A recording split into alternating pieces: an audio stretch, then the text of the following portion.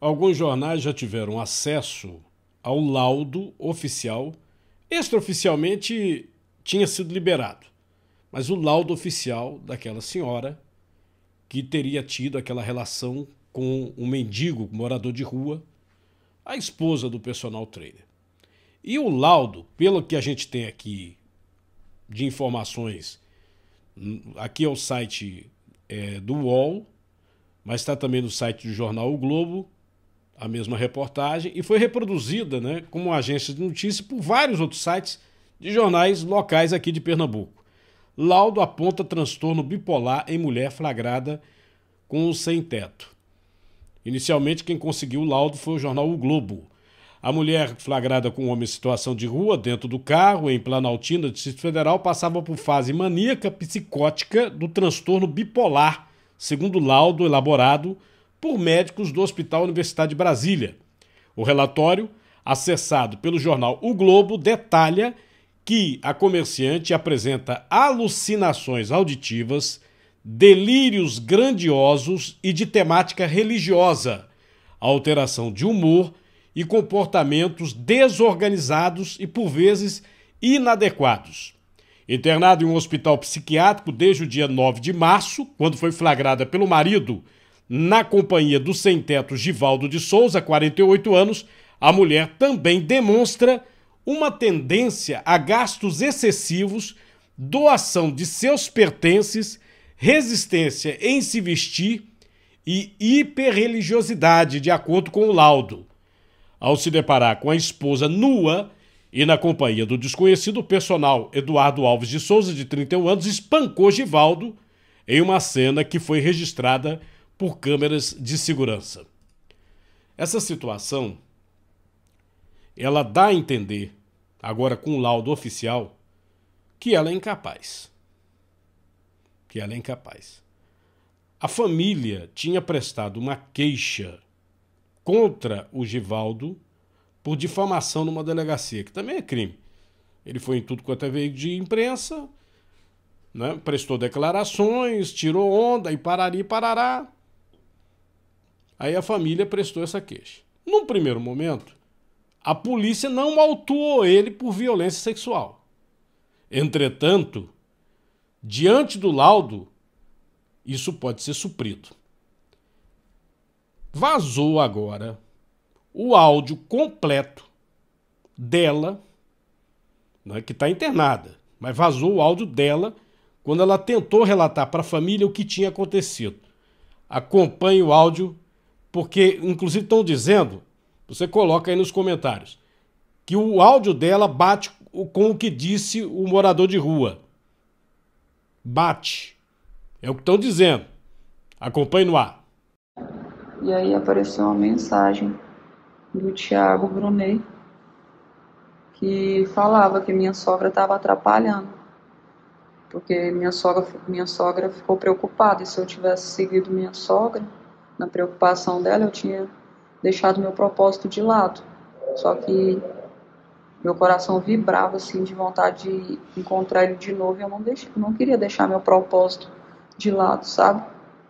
E aí eu tava no carro, ele tinha combinado comigo na rodoviária, que eu encontraria ele na rodoviária. E aí eu fui pra rodoviária, e aí primeiro rodei a rodoviária procurando ele, não encontrei, eu voltei pro carro. Eu falei, eu vou sentar aqui, vou abaixar a cabeça, vou ligar o celular que ele vai falar comigo. Aí quando eu liguei tinha essa mensagem no YouTube, só de áudio, né, do Thiago Brunet. E aí falando para não deixar, que o projeto de Deus para minha vida era muito grande, e para não deixar outras pessoas plantarem a dúvida em mim, né? Não deixar plantar. E aí que eu tinha que ter perseverança para enxergar que ele era Deus, porque ele já estava me mostrando. Ele já vinha conversando comigo. Quem? Deus. Ele estava conversando comigo. Ele já estava me mostrando. Então, assim, eu não tinha que dar espaço para a dúvida se era ele ou não. E aí, o celular descarregou, bem antes de terminar a mensagem. Aí eu baixei a cabeça no carro, que eu estava no carro sozinha. que eu tinha deixado minha sogra e a Ana lá no Araponga, e eu estava na rodoviária e abaixei minha cabeça, comecei a orar: Senhor, por favor, eu não vou abrir mão do meu propósito, aparece, Senhor, por favor, eu não vou abrir mão do meu propósito, eu sei que era o Senhor, eu sei que era o Senhor, me perdoa, apareça. E aí eu acalmei meu coração, no que eu acalmei, ela apareceu. Aí ele passando assim, o morador de rua passando, com uma bolsa do lado, uma bolsa clara, uma bolsa. Aí eu fui seguir ele. Aí no que eu segui ele, eu encontrei ele na porta de lá na rodoviária, na porta de um comércio que vende bebida, balinha, essas coisas, uma conveniência lá. E aí ele estava acendendo um cigarro. No que ele ia acender o cigarro, ele falou, eu fui e tirei o cigarro da mão dele. Aí eu tirei o cigarro da mão dele e falei: não, você não vai fumar mais. Aí ele: por que não? Falei: por que não? Falei: porque você já está curado. E aí ali eu já enxergava ele como o Eduardo, sabe? Eu já não estava enxergando ele como Deus, eu estava enxergando ele como o Eduardo. E aí eu fui e tirei o cigarro da mão dele e joguei no lixo. Aí ele falou: vamos conversar. Falei: vamos. E ele: então me leva. Eu falei: então vamos. Aí eu fui escolhendo, né, um lugar, eu sentei num banco. E aí ele queria... E ele foi me mostrando algumas coisas no meio do caminho, assim, ele põe a mão aqui na minha mão. Aí eu senti uma necessidade de tirar tirar, como que chama? O terço. Tinha um terço aqui, me deu vontade de tirar, eu tirei. Falei: não precisa mais disso, você não precisa mais disso. Igual o cigarro, você não precisa mais disso, você não é prisioneiro disso. Aí, quando ele tocou na minha mão, que a gente sentou juntos, e naquele momento, quando a gente sentou, eu enxerguei a mim, sabe? No que eu enxerguei a mim, eu falei: você não precisa mais disso, de imagem, de nada, de nada, de nada de imagem, nada de texto, nada. Você só precisa acreditar na palavra, no que está na Bíblia. E aí fui e joguei no chão. Ele falou: joga no chão para outra pessoa pegar. E aí tinha na outra mão. Aí na outra mão dele, eu peguei. Aí estava difícil de desabotoar assim. Aí eu falei assim: não. Aí eu falei: pode arrebentar. Eu tentei arrebentar com força, agoniada, né? Aí ele falou: não, é para você desabotoar e tirar para você jogar no chão para outra pessoa pegar. Isso eu falei. Aí eu vi no pescoço dele, aí ele tirou assim, e eu fui e tirei, né? Consegui tirar do pescoço dele e joguei no chão. E aí ele falou assim: vamos andar, me leva para algum lugar. Para onde você quer me levar? Não é assim, não? Aí ele foi me levar. Não, mas antes disso ele me deu vontade de me dar um abraço. Aí eu dei um abraço nele. Porque, de novo, eu estava enxergando ele como o Eduardo, né? Eu enxergava aquele morador de rua como o Eduardo. E aí ele me pediu um abraço, eu abracei. E aí ele, antes disso, quando a gente sentou no banco, ele queria fazer carinho nos meus pés. Eu não sei porquê. Aí ele falou pra mim não me preocupar, antes da gente chegar também, ele falando pra mim não me preocupar com a multidão que tinha ao redor, pra mim, que ninguém estava enxergando, só existia eu e ele ali. E aí ele foi e quando a gente sentou, ele falou assim: deixa eu cuidar de você. Aí pegou meu pé, né? E começou a fazer carinho no meu pé. E eu senti uma coisa tão boa. Aí foi quando ele tocando assim na minha mão que eu fui vendo o terço. Aí naquela hora eu não enxergava o Edu, aí eu enxergava a mim. Eu falei: não preciso de mais disso aqui. Porque não... Mas depois disso que vocês foram pro carro, saíram do carro, de lá de carro? Foi, depois disso. Aí vocês entraram no carro como? Não, aí depois disso que eu tirei os terços dele, aí ele falou assim: você quer me levar para algum lugar? Um lugar... Eu falei, ele, que eu quero estar com você. Eu falei: eu quero. E eu enxergando ele como Eduardo, né? Eu falei assim: eu quero ir, sim. E a gente foi. E aí eu falei, aí eu fui procurando, né, pela rodoviária, um lugar escuro e vazio pra gente ficar junto. Aí eu senti a necessidade de deixar ele entrar no meu carro. Aí ele falou, você tem certeza? Eu falei, tenho. Aí ele entrou. Aí no que ele entrou, ele falou assim, vamos para algum lugar? Aí eu falei, vamos. E eu o tempo todo, eu confuso, às vezes eu enxergava ele como Deus, e às vezes eu enxergava ele como Eduardo, sabe? Eu não estava entendendo muita coisa. E eu lembro que ele perguntou, eu tava com o coração aflito, sabe? Inquieto, mesmo não doendo, mas estava aflito. Aí eu não sabia se eu enxergava ele, muitas vezes eu enxergava ele como Deus, outras vezes eu enxergava ele como o Eduardo, eu não, sabe? Me confundindo. Aí deixando minhas emoções me confundirem, porque minha sogra plantou a semente, sabe? A minha sogra lá, ela foi e me plantou essa dúvida, e eu deixei essa dúvida entrar no meu Que coração. dúvida. Ai, na hora que dá a foto lá, que tem a foto, teve uma hora que aí ele, todas as coisas que ele estava falando para mim estavam fazendo sentido, alinhado com tudo que eu estava enxergando. Então, assim, mas aí teve um momento que ele foi e me pediu um beijo. E antes disso ele falou um palavrão, sabe? Pegou um palavrão assim, pegou no saco e balançou assim, na frente da minha sogra, na frente do Eduardo, na frente da minha sogra e da minha filha que estava lá atrás. E elas estavam vendo tudo. E antes disso ele pediu para elas entrar, falou, pede para elas saírem. E eu pedi, sabe? Eu falei, não, pode ir, entra, deixa, é o meu propósito, deixa eu receber o meu propósito.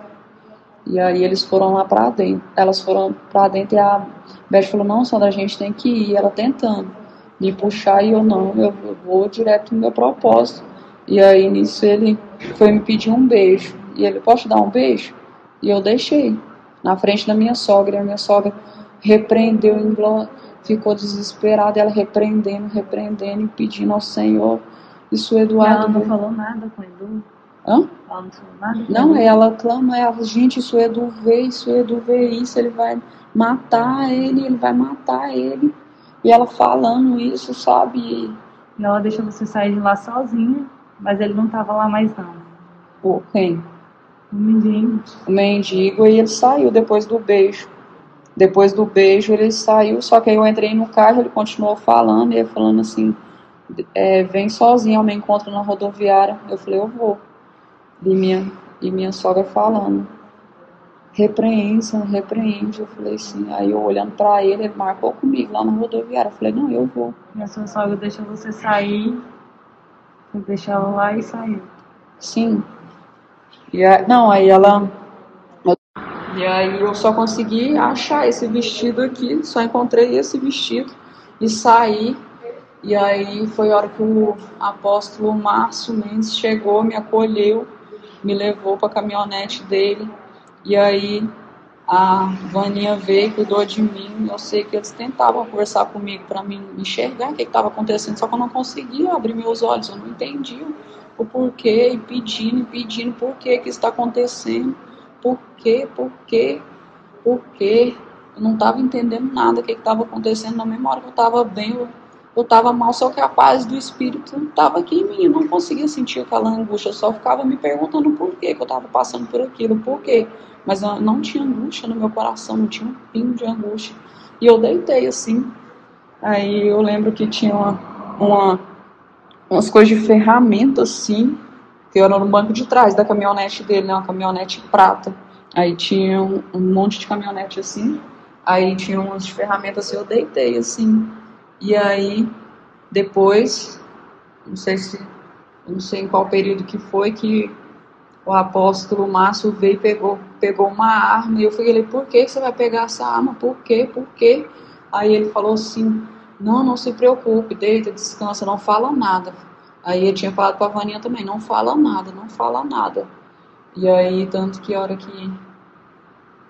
Aí eles perguntavam o tempo todo meu nome, eu não conseguia falar, só que eles acharam meu documento. Aí falaram, Sandra Mara, ela é Sandra Mara Fernandes. E aí eles acharam, porque eu escutei eles falando que não era para me falar, fala para ela não falar nada. E aí eu lembro que a Vaninha encostou a mão aqui no meu ombro esquerdo, e eu cheirava a mão dela assim e falava, nossa, seu cheiro é tão bom, era tão suave a mão dela, um cheiro bom, nossa, era maravilhoso. Você bebeu alguma coisa? Não bebi nada. Você estava andando na rua?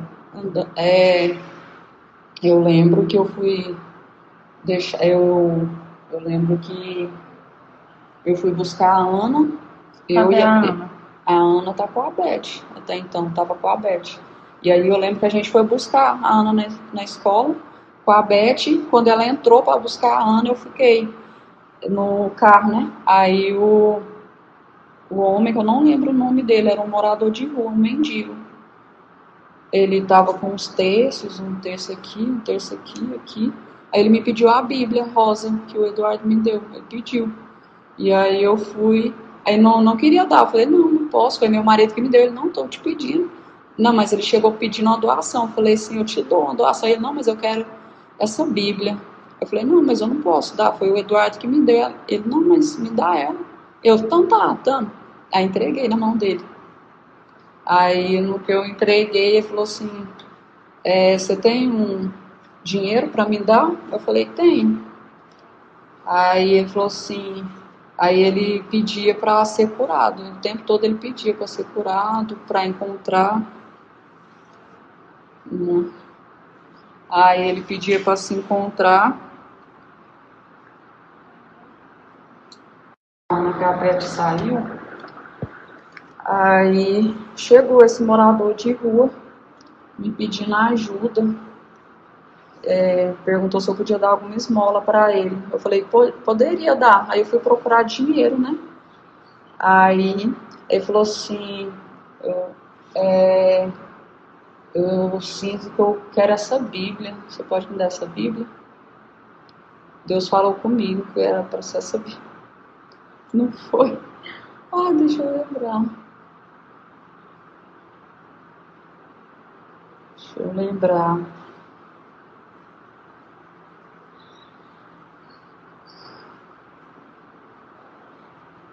Você não lembra de nada, não? Hã? Você não lembra agora, não? Então, Só fica de boa. Tá bom, Amanda, eu aguardo. Aí eu fiz uma aguinha de açúcar, ela tomou. Mas é aquela coisa, o caso dela não vai ser só tomar um remédio no hospital e ele se mandar para casa, não. Eu tô observando assim, o caso da Sandra é meio sério, menina. Nós chegamos aqui, eu mais o pai dela no carro na frente, a ambulância do bombeiro atrás, ela no meio da rua, a Aninha de coque no chão e ela de coque em cima da Laurinha. Aí você vê, foi sofrimento para os bombeiros pegar. isso foi, acho que é isso, uma galinha. Aí eles chegaram, aí me colocaram na caminhonete. Me colocaram na caminhonete dele e eu não conseguia abrir os olhos. Eu não conseguia, porque eu só enxergava na escuridão. Eu não conseguia, eu sentia vergonha. Eu não conseguia, os policiais vieram, os bombeiros vieram e eu não conseguia nem falar. Eu não falava e não conseguia abrir os meus olhos. Eu tava, só que eu não conseguia, aí o coração estava acelerado, mas eu não conseguia sentir o ódio do homem que fez isso comigo, porque eu só enxergava Deus nele, eu só enxergava Deus. Eu não sei explicar, eu só enxergava Deus. E eu só conseguia orar pelo meu irmão, só orar e pedir, pelo amor de Deus, o Eduardo não fazer isso, Eduardo não faz isso, pelo amor de Deus, em nome do Senhor. Por favor, Senhor, em nome do Senhor, meu Deus, Jesus, por favor, me ajuda, o que eu faço, Eu ficava desesperada e ele falou, você tá pelada, volta pro carro, você tá pelada, veste a roupa. E aí no que eu entrava no carro, eu não conseguia me encontrar, eu não conseguia encontrar eu encontrei só a calça. Aí eu comecei a procurar, não conseguia, tinha um monte de documento assim, e eu olhava para os documentos e não enxergava o que era, eu via a Bíblia, mas não conseguia pegar, e eu não encontrava a blusa, e eu pegava um pano assim, um tecido que tinha na sacola dele, eu abri uma bolsinha preta que estava na sacola dele, eu abri assim, eu vi uma carteira, aí eu joguei no chão, aí eu não consegui, eu só achei esse vestido da minha sogra, a Beth, que eu dei para ela, acho que dia que foi terça-feira, Apenas lembrando que o laudo mostra que ela está com comportamento bipolar e que esse comportamento psicótico explicaria a atitude dela com morador de rua. Entretanto, nas últimas horas também aconteceu isso. Ó. São vários sites, aqui é o Twitter, aqui é aquela apresentadora Antônia Fontinelli. Olha aí a verdadeira identidade do mendigo falante. O pior é saber que vários partidos políticos o procuraram. Saibam que seria eleito. Bandidos pondo a nossa pátria nas mãos de qualquer um. Aí, ó, calma aí, o cara não é só mendigo, meus amigos. O Givaldo Alves de Souza tem uma grande lista de processos, mais de 100. Entre eles temos medida protetiva da ex-mulher dele, execução de penhora de prefeituras, de ex-funcionários, uma empresa falida, isso mesmo. Em alguns autos dos processos temos acusações de estelionato, de golpes. Vocês acharam estranho o mendigo falar tão bem assim? Pois é, o cara tá na carreira de mendigo, tem 3 anos mais ou menos. Não é para menos, a justiça levou o que sobrou dele. Para mim é 171 malandro, diz aqui a apresentadora. Aí ela traz aqui, ó, Givaldo Alves de Souza, Jus Brasil encontrou 105 processos nos diários oficiais. Maioria no Tribunal de Justiça de São Paulo, seguido do TRT2, desses processos encontrados, tem uma transportadora, Parará, tem uma outra empresa, né? Aí tem aqui o Djalma também Ferreira, colocou aqui sobre os processos, vejam aqui, ó, ele fala sobre os processos, tá? Aqui é uma foto supostamente dele, cheio de corrente de ouro, você tá vendo, ó? Tá vendo que é uma foto cheia de corrente de ouro, né?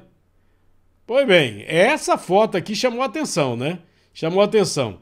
E tem ainda aquela situação que a própria Fontinelli falou, dos processos, e uma outra fotografia dele também como não mendigo, né? se pode se colocar dessa maneira. Mas ele seria empresário? Aí é o seguinte, eu tô aqui no site, mendigo envolvido em caso no Distrito Federal é na realidade empresário com mais de 100 processos? Hashtag boato. É o site que é boato.org. Boato.org. Boato. Givaldo Alves de Souza, envolvido no caso do Distrito Federal, é na realidade um falso mendigo. Ele é um empresário, dono de uma transportadora e tem mais de 100 processos na justiça. Vejam vocês. Fizeram uma matéria, mas eu vou pegar aqui o autor do site para que vocês ouçam o que ele disse, o que ele apurou. Inclusive o site boato.org apurou tudo isso e pediu ajuda ao site do jornal Metrópolis, que foi o primeiro site a publicar a entrevista com o morador de rua. Acompanhe comigo. Depois do caso que deixou muita gente estarrecida de um mendigo que acabou apanhando de um personal trainer após ter mantido relações sexuais com a mulher dele, começaram a circular diversas teses sobre o que teria acontecido no caso. Uma delas aponta que Givaldo Alves de Souza seria, na realidade, um empresário com mais de 100 processos trabalhistas e outras pendências na justiça e que seria um falso mendigo, e que isso tudo seria uma armação. Nas mensagens que nós vimos circular em redes sociais, a prova seria uma página do site Jus Brasil que compila processos judiciais do país com o nome de Givaldo Alves de Souza e falando sobre a empresa, que seria uma empresa de transportes. A empresa em questão se chama G Frigo Transportadora de Cargas Limitadas. A tese se espalhou muito pela internet e ajudou a corroborar quem acredita que tudo não passa de uma armação. Por sinal, é uma tese não comprovada. E mais do que uma tese não comprovada, essa história que aponta que o mendigo do DF seria um falso mendigo é falsa. A pessoa que é o empresário não é um mendigo, são duas pessoas diferentes. Quando nos deparamos com a história, ficamos muito desconfiados, por alguns motivos. O primeiro deles é que, apesar da grande cobertura da mídia em relação ao caso, ninguém falou do passado empresário do morador de rua que acabou apanhando o personal trainer. E é de estranhar, porque já teriam descoberto alguma coisa, na verdade. O segundo é que a mensagem que circula por aí tem diversas características de fake news. Ela é extremamente alarmista, ela é vaga e a mensagem tem alguns erros de português. Ao contrário de outras notícias falsas, ela cita uma fonte, cita o Jus Brasil como prova da informação. A partir daí, bastou fazermos uma busca no Jus Brasil e procurarmos por alguns detalhes para descobrirmos que Givaldo Alves de Souza, do Jus Brasil e da empresa, não é o mesmo que é o morador de rua que acabou se envolvendo em toda essa polêmica. Ao buscar mais detalhes sobre a empresa em questão, chegamos ao CNPJ dela. Mais algumas buscas no Google e descobrimos o CPF do dono da empresa. Tudo isso é dado público. Infelizmente os dados das pessoas estão postos aí com uma rápida busca. A partir daí conseguimos, com a ajuda dos parceiros do Portal Metrópolis, parceiros do Boatos.org, o boletim de ocorrência do caso ocorrido no Distrito Federal. E cruzamos os dados. O resultado são CPFs diferentes. O CPF do empresário é um, CPF do morador de rua é outro, não são a mesma pessoa.